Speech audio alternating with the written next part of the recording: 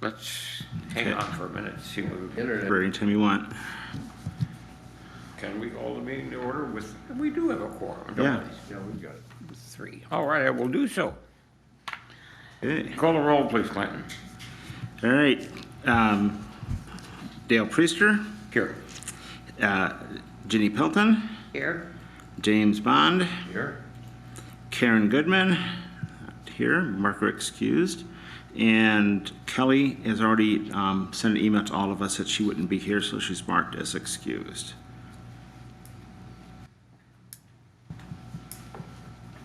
All right. Where is Kelly? She had another meeting. She has a meeting she's leading at the hospital today in her capacity as president. So. Any amendments to the agenda? None. None. Any public comments on the agenda only? All right, the consent agenda, which is the financial reports of the minutes and so forth. Does everybody have a chance to look at them? If so, I'd like a motion to approve. I so move. Second? I'll second. Second. I think there's nothing unusual, except I do have one question. Clinton, does that include the new business resolutions, or are we going to? No. No, that's it, okay. Yeah. All those in favor of approving the consent agenda, aye? Aye. Aye. Opposed? On. And so that takes us to old business, of which there is none. And it goes to new business, resolution 22-12, the utility allowances for 2022-2023. Motion to approve. I so move. All right.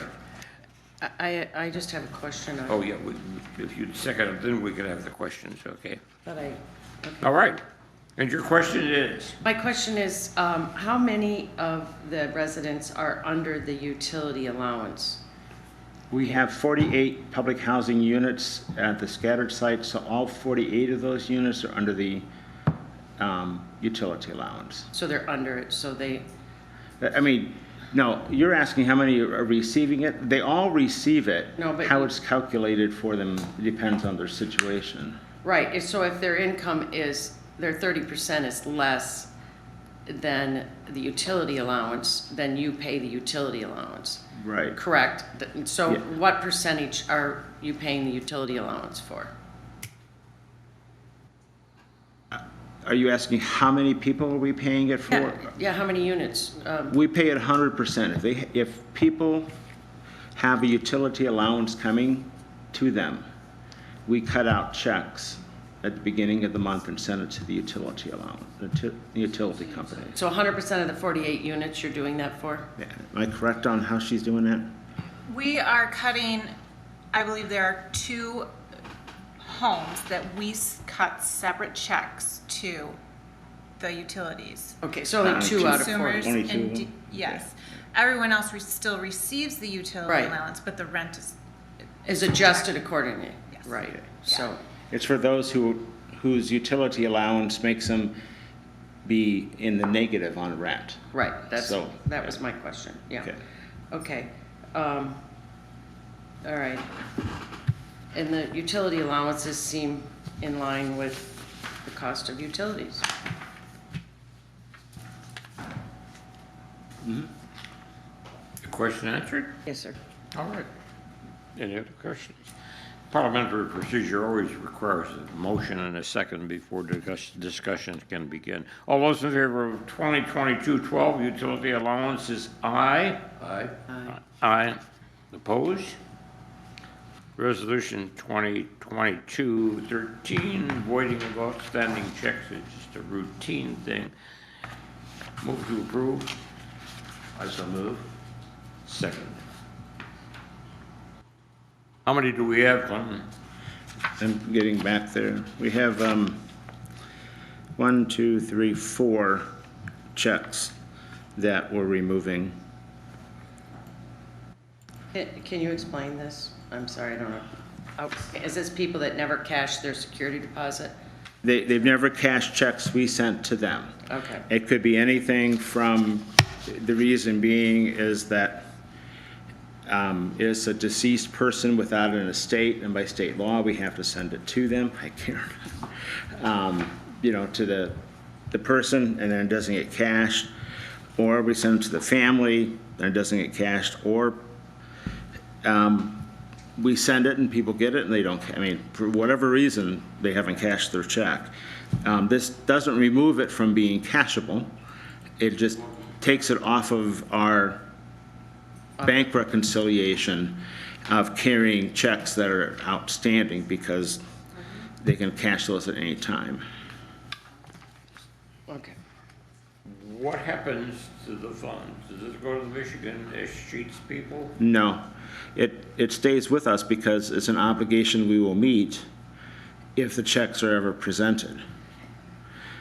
Because we haven't removed it, we haven't stopped the check, because you can only stop it for 6 months and they still remain cashable if presented.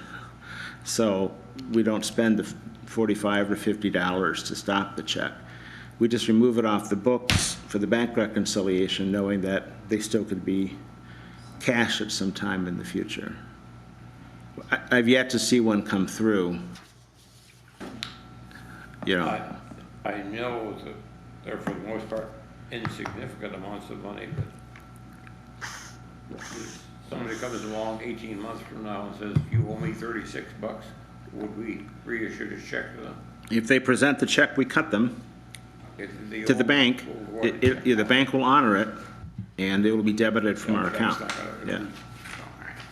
All right, all those in favor of motion 2022-13, voiding of the, or whatever, Outstanding. for voiding of the checks, aye? Aye. Opposed? I'll abstain since I wasn't here for the discussion. All right. We're sailing along smoothly here, I think. Any other new business? If not, I don't have any other. reports and communications, executive director. I think everyone at the table received what I handed out. Do you each have a copy of this? Okay.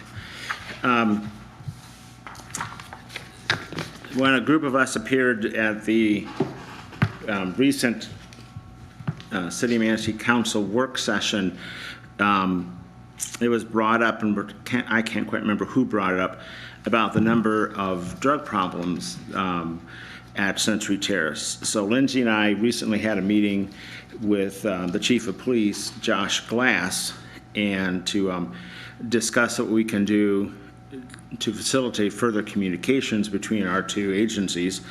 And additionally, he brought to us a report from 911 of all of the calls from Century Terrace only from January 1, 2020 through October 17th, 2022, a 33-month period.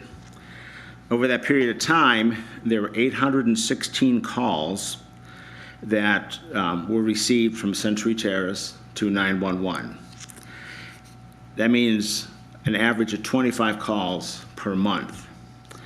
Kind of hard to read all of the individual things here, but I did this pie chart so you could see that 45% of all calls are ambulance request phone calls over that 33-month period.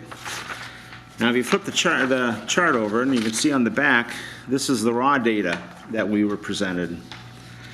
So the ambulance request, we had 364 requests for ambulance service at Century Terrace over that period of time.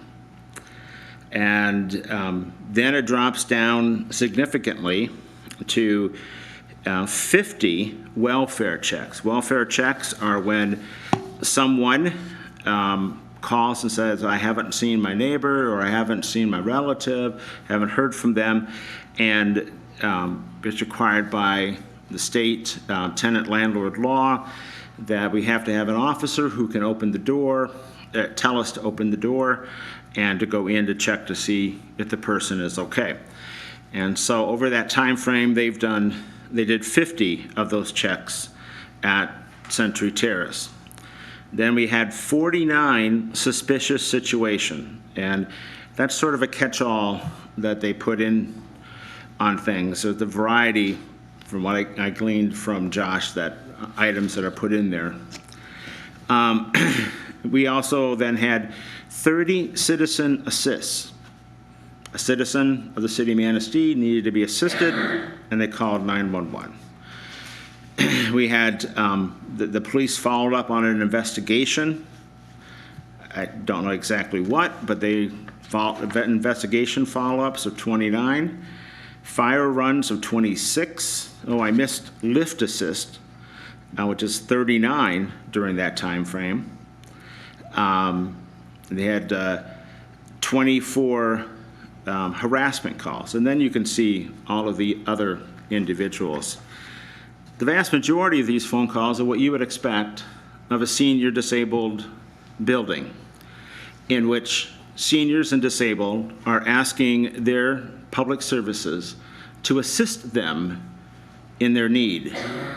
Ambulance, helping them out in general terms, fire, lifting them if they've fallen. They're doing what needs to be done. And if you look, there is a specific line for drugs. Let's see, I didn't highlight that one. See if I can find it. It's alphabetical. Drug-related, 4. There were 4 reports to 911. I'll repeat that. 4 calls to 911 in a 33-month period related to drug activity. That tells me one or two things. One, the reality is there's only 4. And 2, if there's more, as we're hearing from City Council, they're not reporting it to the people that can do something about it. The police department. The Housing Commission does not have the authority to take care of drug problems. So again, we've only had 4 in a 33-month period of phone calls going in from Century Terrace to 911 for assistance because of drug-related activity. I think it's important that we begin to present information that counters the misinformation that's being circulated in many forms of leadership and in publicity throughout this community. I spoke with a public relations firm over the lunch hour, and were able to, with the help of CTHV, Limited Dividend Housing Association, to hire them on an hourly basis to help get our message of actual facts out to the public in general. Their first suggestion is a full-page ad with actual facts addressed to the general public, in which all 5 commissioners place their name, affirming these facts and affirming their support for the executive director, deputy director, and all of staff. That would get information out that is rightly true and accurate and provide an opportunity for true dialogue and not misinformation.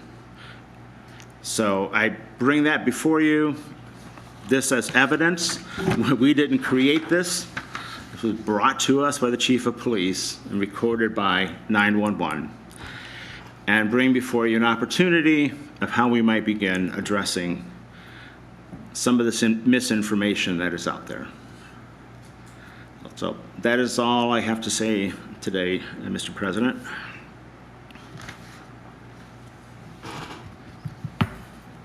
Does that call for direct commentary at all?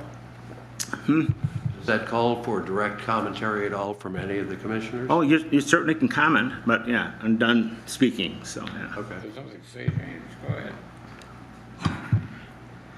Doesn't Well, I, go for step one, up. would support that action wholeheartedly, because I think the misinformation that has been distributed by a variety of different forces endangers all of us. So I'm in full accord with that idea. Are we having a staff report too today, or not? Individual staff bring things up. I think Lindsay might have something to say a little later, but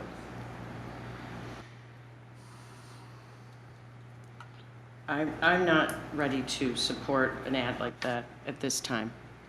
I need a lot more information, and I don't think it's a good use of funds at this time. I think we continue to work to resolve issues that are brought towards us.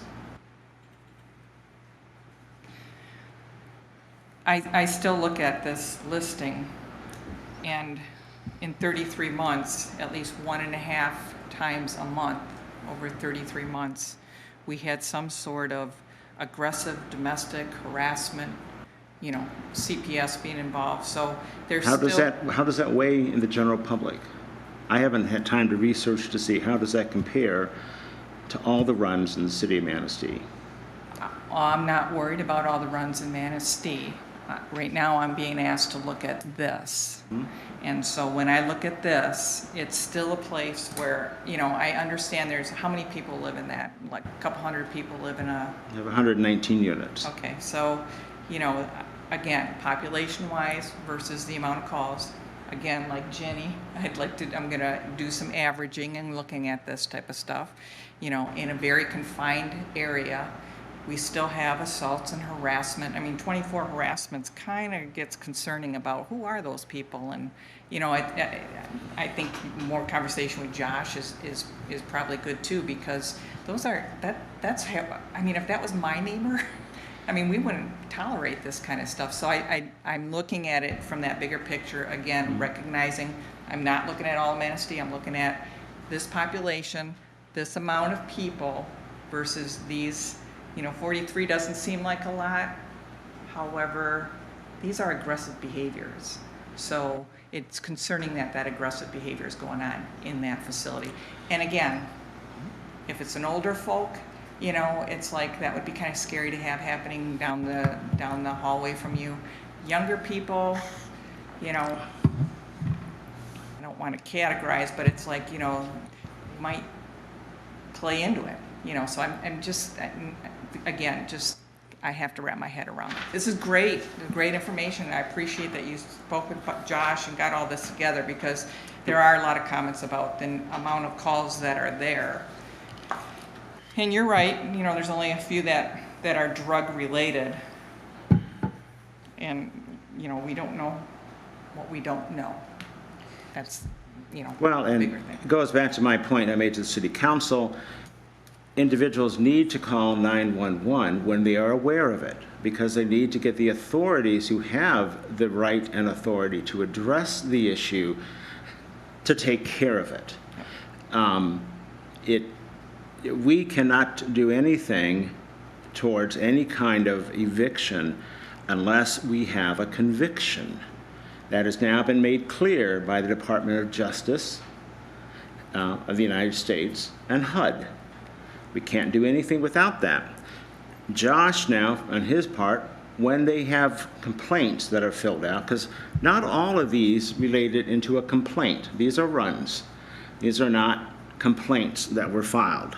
He didn't want to, we agreed with him not to go back and try to research all of these and come up with how many complaints were filed. But going forward, he'll be sending to both Lindsay and I any complaints that are filed, knowing that we can take action once there is a conviction, because everyone is innocent until proven guilty. Then we can take action after that. So we don't even know from these numbers if they were just a call and there wasn't anything that happened, you know, but someone called for assistance. And so they received the assistance from, you know. A question, so some of these, which to me seem extreme, to have to call 911 when there's staff present, isn't there any way, like, if the neighbor said, hey, Clinton, can you have one of your people check on my neighbor?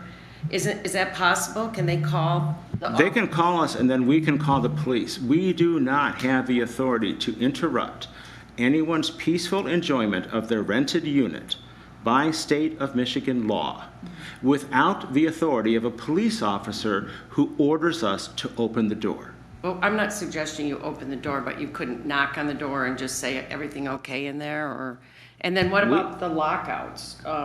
They have, I was surprised to see any of them on that because they usually call us and we take care of the lockouts. all right, and then the one thing I saw, animal control, which is one of the calls I got prior to the meeting, was about, that there's dog feces in the hallway and out in the exterior, in the walkways. Is that, like, is there something set up to help control the people that are allowed to have dogs for taking care of those items, or how does that work? They're required to take care of picking up, their dog's excrement, or if they make a puddle, to clean it up. In the past, when we've been lucky enough to catch it on camera, we're able to directly have them handle it. But unless we actually see someone do it, we don't know whose it is, and to be able to claim it. If a person actually sees it and files a complaint and signs the complaint, then we can use that and as a violation of the policy, and we can take it to court for eviction, but they would be, of course, subpoenaed because they were the one who seen it and would have to testify. Because otherwise, the court would deem it as hearsay. Okay, because we haven't seen any financial reports, I'm assuming there is some kind of cleaning crew that cleans the hallways. Is it on a daily basis, or, because there's concerns about the stuff in the hallways, and You need to be specific about which building, what stuff, because I need to know if it's our stuff or construction stuff. No, this would have been dog feces and other personal items, and just that the hallways are not clean. And I haven't seen any financial reports, so I don't know, are you paying a cleaning crew or have your own? Our guys take care of that, and they're right on it whenever we're aware that there has been a dog who has put feces or something else, or... It's not regular maintenance cleaning, like weekly Yes, mopping we have a person in there that is cleaning, but it's not 24/7. No, but is there a schedule? And so it's just one of your people that cleans the whole building? The parts that are not under construction, yes. Okay, so there's no cleaning No. company or anything, so that's just part of their job? Mm-hmm. That's not the maintenance people? Yes, it is. Oh, it is the maintenance people? Same people? Same people. Okay. So if there's concerns about that, then the residents need to let you know that their Call Lindsay or hallways myself, yes. that are not being cleaned. Okay, good to know. And back to financial reports. You were going to explain in your report where the financial reports are? I had a meeting last Thursday evening with our independent auditor for the public housing side, and our 2021 audit is a full single audit of public housing. And with also then the CPA who's handling the books for CTHV. And they had to come to several areas of agreement on splitting of the books between starting on January 1, where assets were divided, where things were recorded and such. And they have come to a basic general agreement. And now the auditor is writing his final report to include all the information to relate to the changes and the recording of the assets at the time of the year at 12/31, because on 12/8, assets were actually transferred. And so he's got to make all those transactional changes on that. He was hoping to have something by the end of this week to be verified then by Brian Alton from the representing CTHV, to be sure that everyone agrees on the numbers and the trial balances at the end of the year. And then once that report is finalized, then BDO will do the CTHV books, and they will also do our public housing books.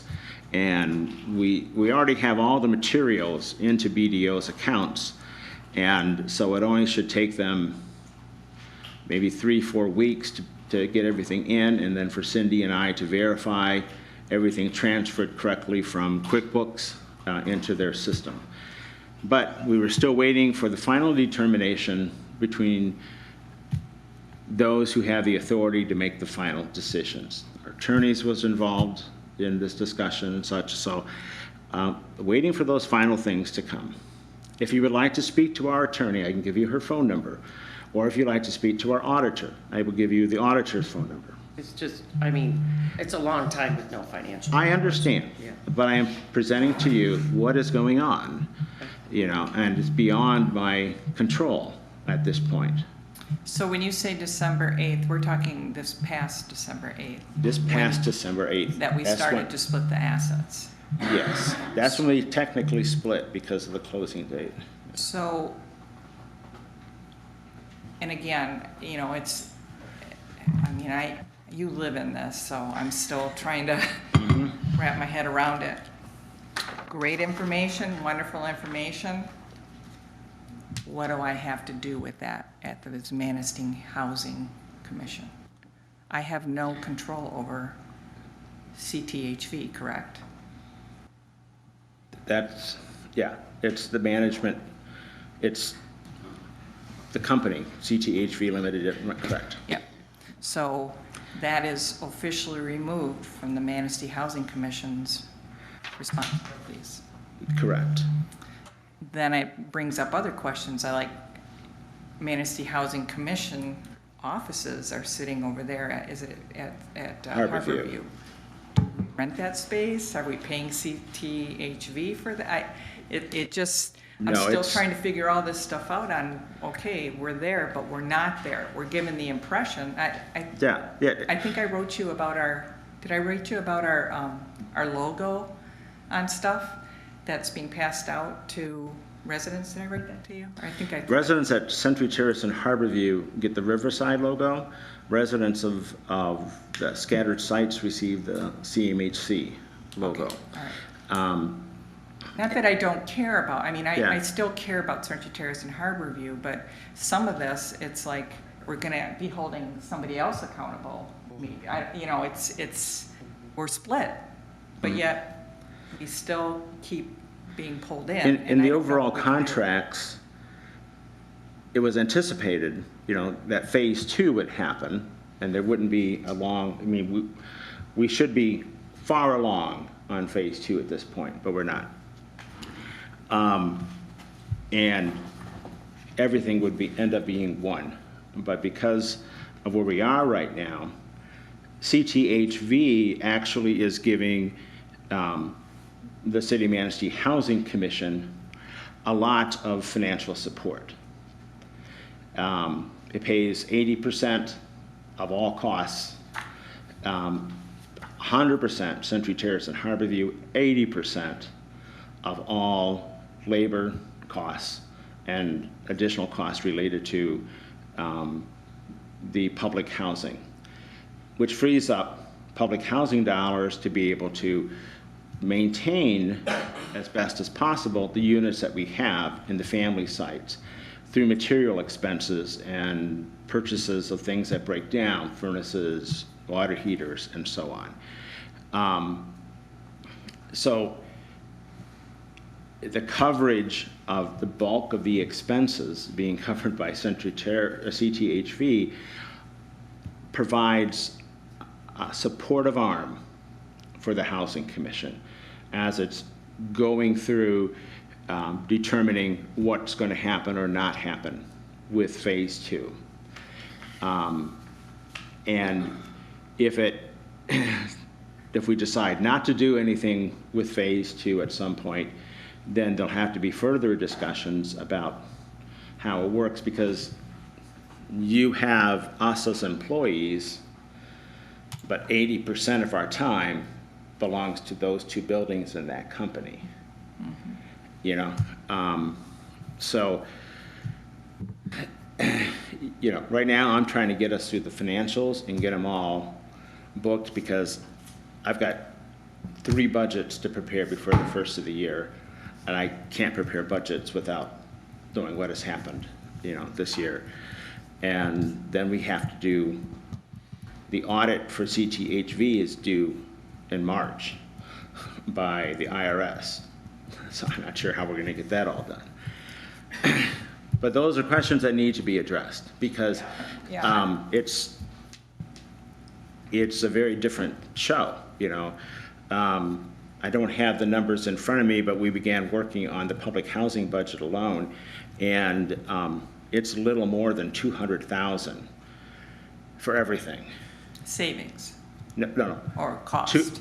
200,000 anticipated cost and income, with maybe a couple thousand in profit at the end of the year. That means the level of maintenance and management support and stuff cannot be covered by the public housing budget by itself. So this arrangement actually allows for the regulatory requirements that are required by HUD to be met, all the financing challenges, to be met and taken care of for the residents of the scattered sites and family units. So it works in our favor at this point. For this time, at this Yes, moment. right. Yeah. Yeah, And we'll 'cause- need to give it considerable thought as to what goes on. Now, the legal documents have it set up to work this way, and there'll be, it'll work.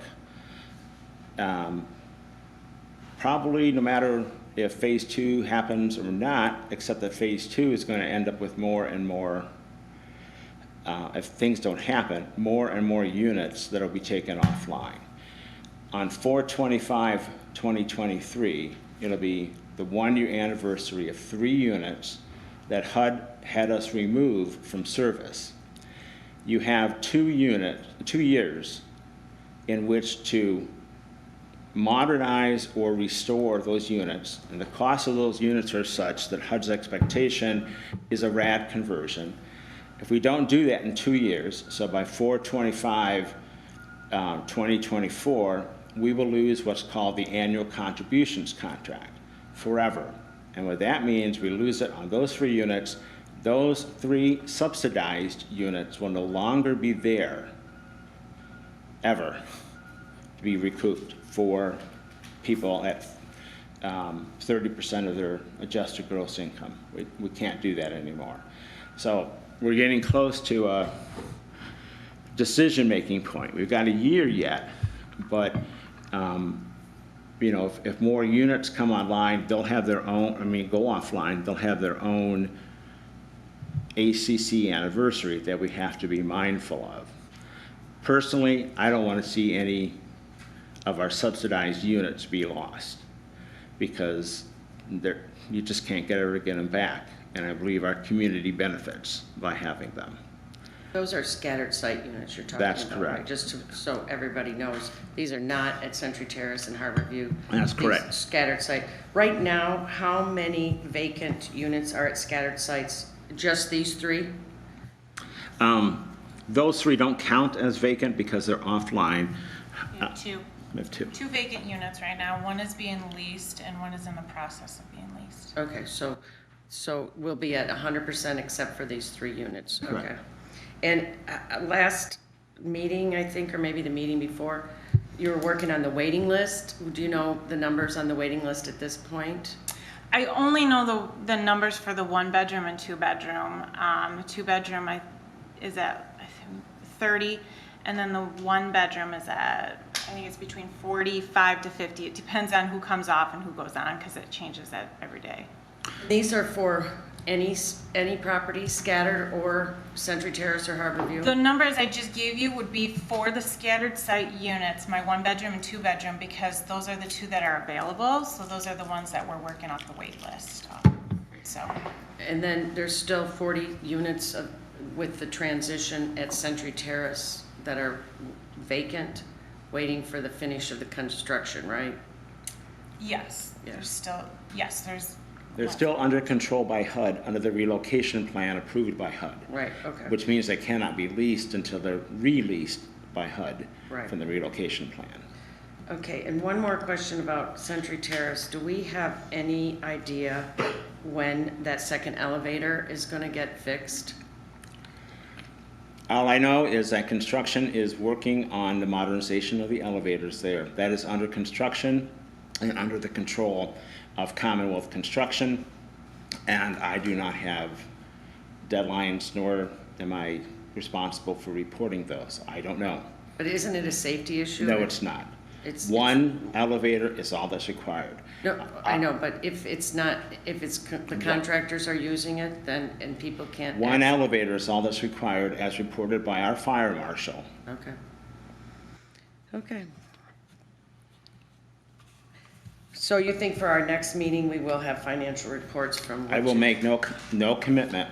Things are beyond my control on that. Okay. All right. They're ancient elevators that get a heck of a lot of use. They're, what, 50 years old? Clinton, does the city police department have a separate record of their calls that are outside of 911? No, my understanding is this is the data that Josh could get from 911.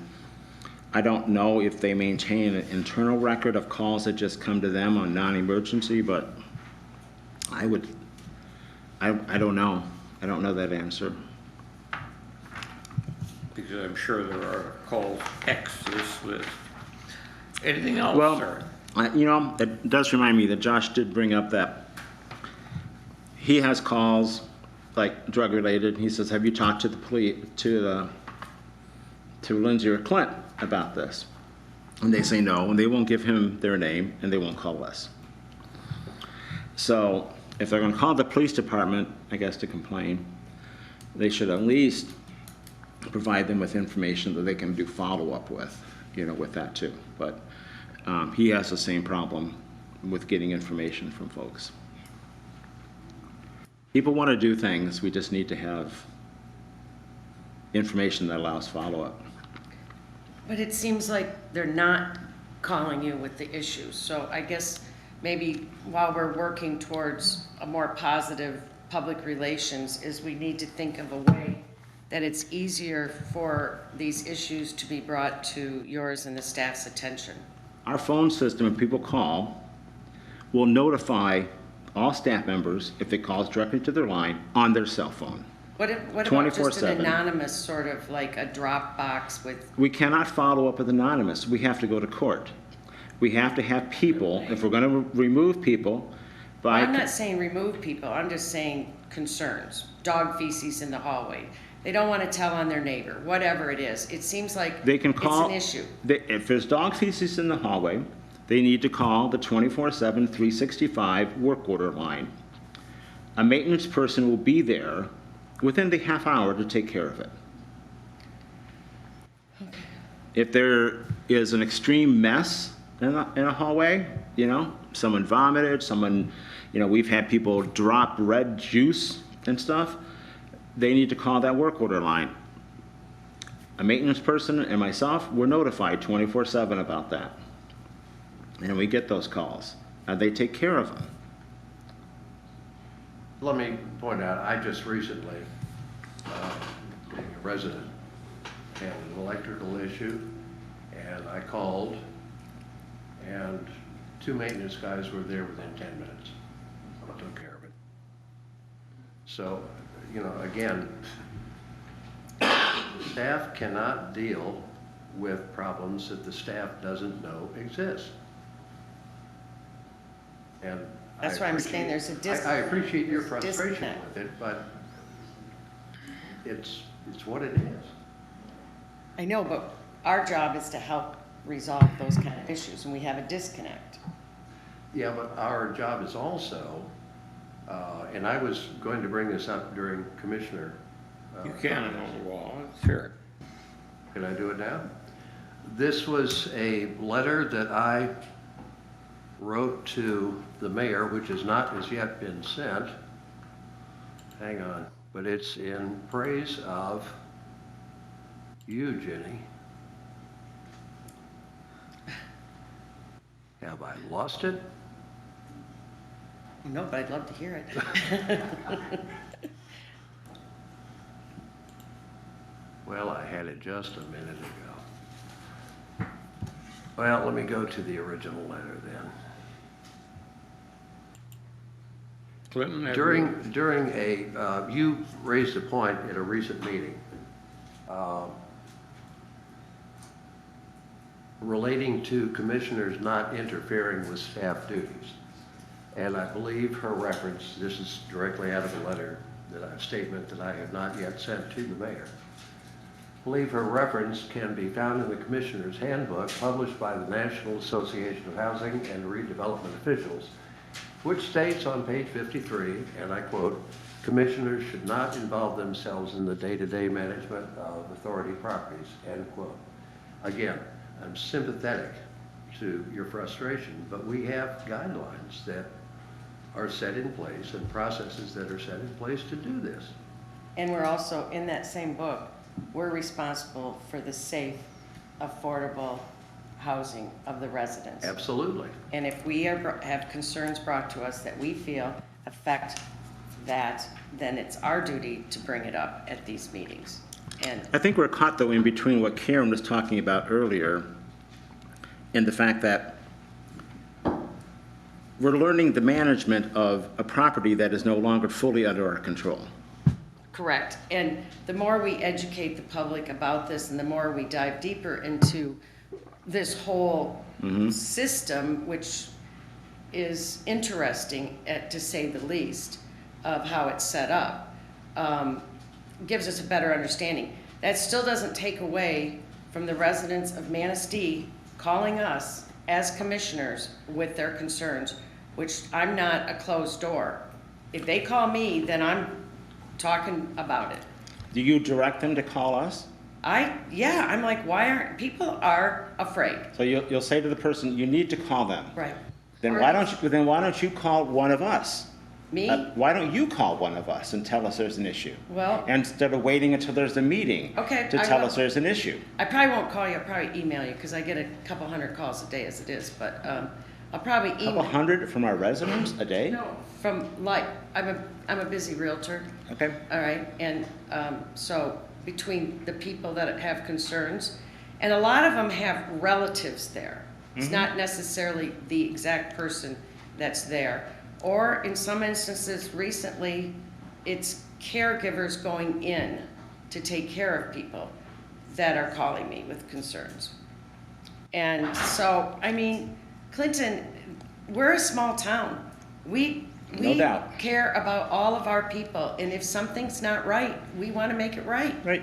And I would appreciate you not saying that we don't care. I didn't Because we say you don't care. We need to know who we need to help. But I just don't, I mean, I managed buildings, projects, you know, I've done it all, and when people called me with a concern, I reacted. That's why I don't understand why they don't feel they can call any of you. I don't, there's a disconnect, so I'm just trying to think of how we can solve the disconnect. Dale, you want to speak about the meeting you plan to attend? If you as a commissioner are called by a resident with concern, there is only one person that you can talk about it with, the executive director. You can't talk about it with the additional commissioners or, for God's sake, anybody outside of the organization. That is basically a form of cowardice. Well, and to finish up my point, which again is in support of you, Jenny, Okay, thanks. you seem to have a greater grasp, as evidenced by my example here, of what the responsibilities of commissioner are than people in the city council. And that's to your benefit. Be surprised. Yeah, well, not really. And Karen, and also want to praise you for a meeting, I think, before last. In this time that we are facing challenges, I think it was the last meeting, you commented and complimented Clint on his ability to grasp and cite the myriad regulations that he faces daily, as was just evidenced by the end of the executive director's report. So again, thanks to you for having that understanding of what a commissioner's role is, more so than what is evidenced on the city council. I'm very uncomfortable about negative comments towards city council. Well, but that's my I prerogative. get that, but, you know, I think that. Especially having been in this room with a completely embarrassing personal attack. Again, I want to point out that on so many levels, and again, this is just years and years and years of being in politics and years and years and years of being a social worker, that I was here too and felt the frustration in the room. It wasn't pretty. It wasn't easy. It was a hard situation, but it's like, I don't know if many people walked out of here learning anything from that. That frustration levels were so high, and that divisiveness is occurring with a group that's very important to our whole process. You know, instead of bringing them in and saying, hey, let's all sit down. Our commission can sit down with the city council. We can talk. You know, some opportunities. Again, this is the groundwork for building relationships or mending fences, instead of putting my feet in concrete and saying, I'm right, you're wrong. But that's exactly what happened. And elected officials should exhibit the maturity to rise above petty, vicious, personal attacks. Am I correct? Yes. Let's see, because I have not always been so innocent when I None of us have, Carol. passionate None of and us have. angry because, you know, and maybe with age comes chilling out, I don't know, but it's like there have been times where I have lashed out because we're talking about lives, you know, we're talking about lives. I have lashed out as well, and I have always paid for it in one form or another. Oh, you do Yeah. pay for it. But it's like, this is a situation where this has been boiling and boiling and boiling, and I know that you guys are feeling it, you all feel it, you know, council feels it, the community's feeling it, it's all boiling, and nobody, I just feel as if we're not doing the right thing to turn the heat down. I just don't feel that's happening, and it's just gonna keep boiling until we figure out how to turn the heat down. A full page ad, I'm not for that, because how many people really read the paper anymore? I mean, yeah, obviously there's a lot, but I mean, I don't want to say that nobody is, but you know, it's like print media isn't as effective as other type of medias anymore. You know, I love the paper, I'm glad that we have it, but what other things can we do? You know, Dale, we talked about things to do, I mean, positive efforts to put forth our message.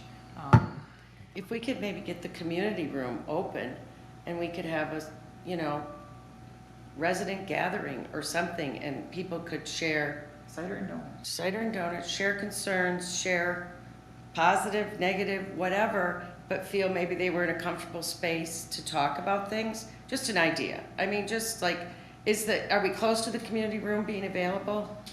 No. Before, I've raised it with construction, I've raised it with the higher ups at Commonwealth. No, we're not. And they're not too sure how keen they are on that idea, because it's a private management company. So See, that's that mixed messages. You want us there, we but could, you don't want us there. we could It's meet, you know, Lindsay and I could set up a meeting and have people come you know, have a moderator. In fact, I asked Chip if he would be willing to moderate, and he doesn't feel that's in his wheelhouse, you know, to do that. I understand, but I thought he would be a good middle ground, you know, person. So I'm trying to think of others, but you know, I also need to respond to those who have contracted us, and so it necessarily wouldn't be a public meeting, you know. But Dale, I hope it's okay if I say, Dale, that you plan to go to that meeting of resident, formation of a resident group that's being held at the Friendship Society coming up in a couple of weeks. It'd be nice if we can get them together, because I'm sure they have issues. And it was a good opportunity to talk to them individually or collectively. Well, not collectively, because it was always individually. But then again, the residents change in character and in personnel, and many of my friends that were over there are no longer with us, period. I've been in Century Terrace, and that, for that matter, Harborview. I had relatives living in Harborview for a while. Relatives of relatives. I've been in Century Terrace in the morning, in the afternoon, in the evening, and unfortunately one time it was a fire situation. But I walked the halls there, and they were clean, insofar as no trash being there, almost any time of the day. There were some funny cooking smells from some of the floors, but then again, that's controlled substances, which we have to stay out of the way of. And probably 1,500, 2,000 hotel visits during my lifetime. I don't stay at motels. Century Terrace is on a par with probably just about the big entry-level hotel anywhere, except in Canada where they're a little less. Anonymous calls, there again, if you're not willing to own up to it, don't call. I mentioned cowardice before, that's what that is. And talking to people outside of this body about issues over there is, in my opinion, forbidden. And the total commitment of the City of Manistee to the City of Manistee Housing Commission is one little paragraph in chapter 269 of the ordinance. 269, it says they have the right to appoint the body, and that's it. No other control at all. It's housing and urban development, folks, whether you like it or not. Again, I get that. I understand where the role is, but again, my whole career has been about building bridges, not throwing bombs. And, you know, I have to, as a county commissioner, there are a lot of people, a lot of groups that I'd like to just like, you know, shake them up, you know? But I have to work with them. So throwing bombs their way doesn't help. But bringing in, and even if they act a way that I'm not cool with, you know, you knew my mom. It was like, kill them with kindness. You know, the madder they get at you, the more they yell, the bigger the smile, and the more you work with them. You know, and that has been my approach for years. And I just, this is a problem. There are some problems out there, and everybody sees it. I shouldn't say everybody sees it. Everybody thinks it's out there. Everybody has an opinion about it. But we just need to work with it and to kind of not ignore it, but try to build that sense of community. The community that you knew was at Harbor or at Century Terrace, they're gone. But the community, obviously, that community feel has fallen apart. How do we build that back They've up? aged out like I have. Yeah, but there's a new crew. There's How a do new we group. build that back up? And if you stop and consider the new group, and they're gradually aging, but probably a middle age range, 40, early 41s, 42s, without a doubt, 98% of them will look at a problem and say, that's not my problem, and walk out the door. They're not willing to volunteer, they're not. How many young people are on commissions in bodies in this town? I was quite impressed with the Zero. city council. You may be people you may be the child. I'm an old one. You better point to Ginny too, Dale. Yeah, I know. Well, I pointed that way. She just told me how old her son is, and I can't believe that. But you're truly your mother. I love her too. We would like Any to. other comments from the commissioners? I'd like to, I can't tell where we're at with our reports. We want to take care of things and assist our residents. Lindsay's going to share in a while the things that she does. But without knowing people who need the assistance, where the assistance is needed, what the assistance is, and bringing it to us past the time to make corrective actions, it's not helpful. It's just not helpful. It's very frustrating, and I think you hear that frustration from us. We want to resolve quickly the issues. Believe it or not, we care about people, and we want, but without information we can do anything about other than hearing blame, you're going to get walls because it feels attacking. I So- believe wholeheartedly that you guys want it to work well, and I get that. And I've heard positives. Lindsay, I've heard, you know, how you've gone the extra mile for some people. I've heard all that. You guys are here, and I know you want to do your job. But for whatever reason, residents are here. So what do we do here? This is, and it's, wishing it away isn't, it's not working. So I'm just keep saying, this is the piece. And it's just something that I think we have to work through. I think we're in a process. There's no quick answer, there's no quick fix, no advertisement that's gonna change it.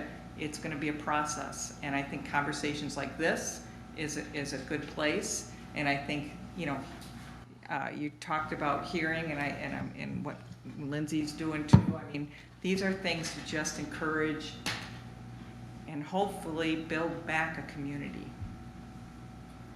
That's, yeah, we're beating it to death, so, yeah.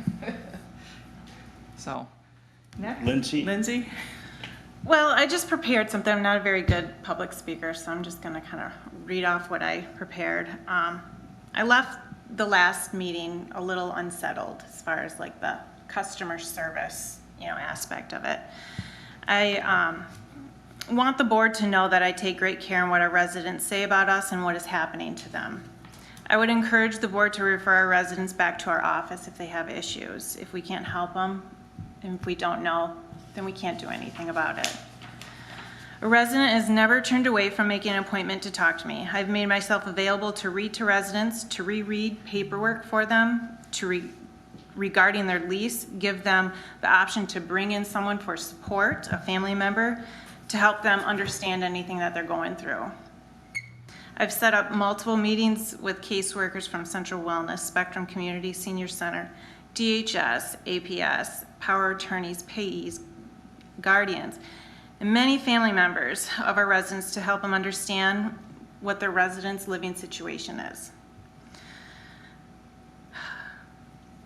I'm still all about the communication and keeping it open with our residents and making sure that that's done on both ends.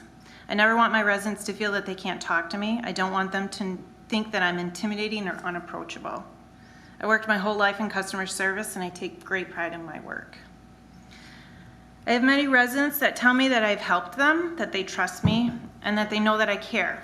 I have a card that sits on my desk from a resident that thanked me from a time that he was going through. It was very dark. That card sits there and it reminds me every day to keep on doing what I'm doing, makes an effect on someone's life. We wear many hats in our jobs, but at the end of the day, we do have to remember that we are landlords. We may have to say no to our residents because of a procedure or a policy. That doesn't mean that we don't care, it's just what we're held to. We still have to inform the lease, policies, and procedures that are placed on us by landlords, but we will continue to help our residents understand these lease, policies, and procedures anytime that we're sitting with them. Thank you. Thanks. I have witnessed, while you were talking, I could think of two examples of just what you were talking about. I went down to, on both occasions, went down to the lobby to sign some papers, and I was waiting for somebody else to be finished.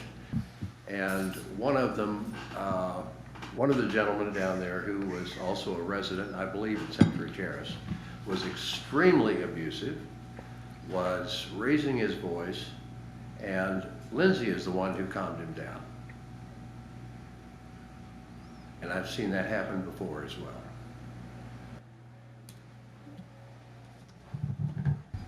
So, that's all I have to say. Any correspondence? No correspondence. All right, we come to the public comment. If you wish to make a comment, I'd like to know your name. I do not want to have your address, just the name. And you got 3 minutes. Okay. My name is Steve Bostic. I've been in low-income housing for 20 years, so I know a little bit about it. And I've just got a few observations to make.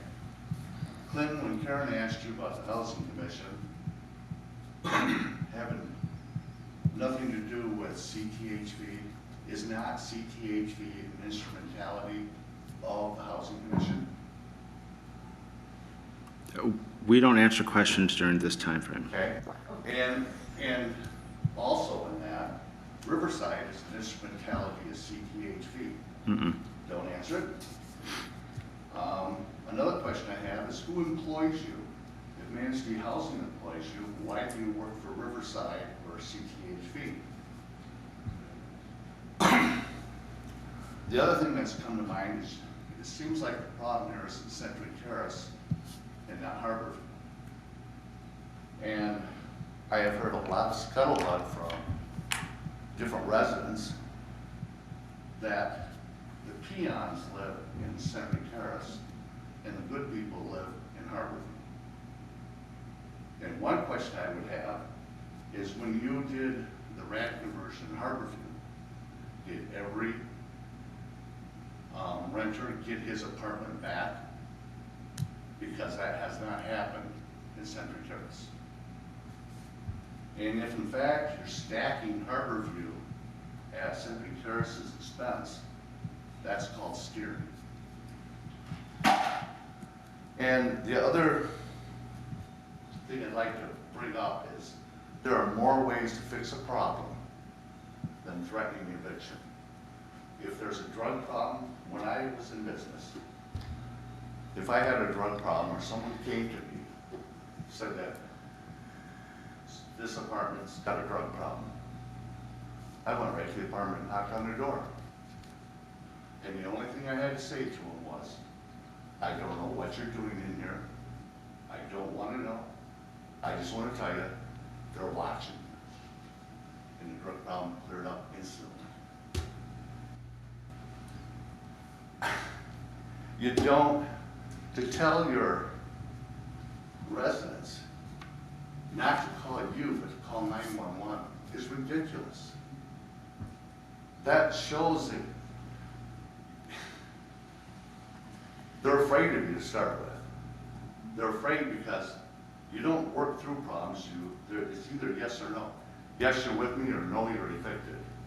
And that's what I'm getting medium with these residents. And I'm telling you, if you guys don't clear this up fast, it's going to be a shitstorm. And I don't think the management, and maybe some of this board, is being completely truthful of what's going on. That's all I have to say. Thank you. You know what would have helped this report immensely would have been a breakdown of the time of the day when the reports arrived, and, you know. We've got the office hours there, 40 hours a week, basically. Anyone else wish to speak? Thank you all for coming. 911 can do. Yes, young lady, you are. Sharon Marsh, and I just actually have some questions. How many of the 119 units? Come talk to us.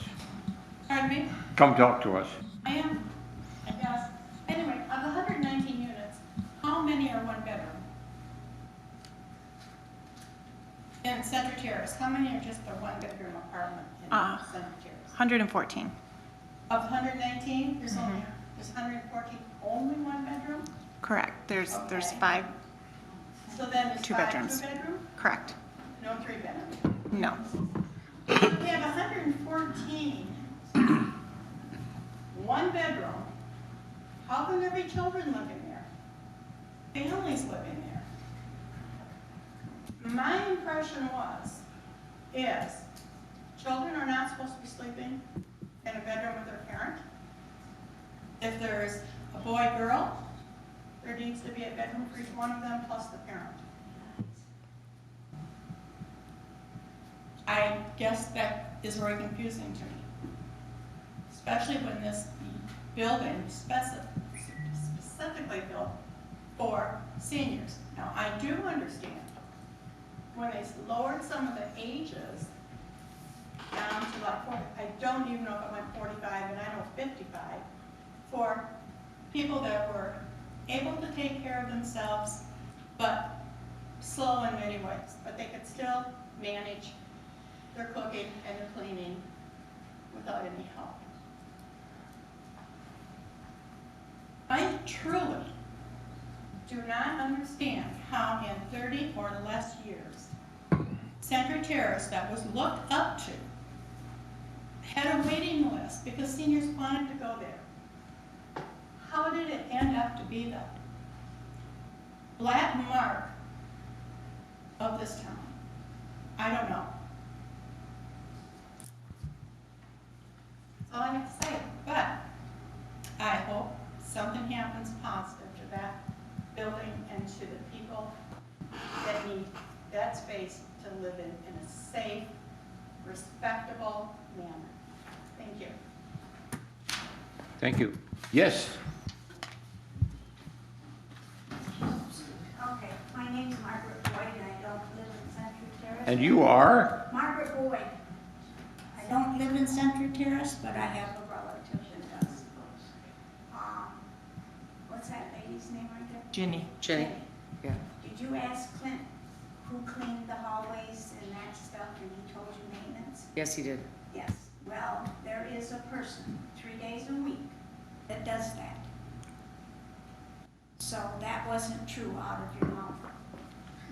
You need to be more truthful. I'm sorry. I will not be accused of a lie because she works for us as part of maintenance. And so you do not have all the facts, ma'am. Okay. She's paid for her labor. And other maintenance to take care of things. Okay. Anyone else? Move to adjourn, wait a minute. We've had the commissioners on that.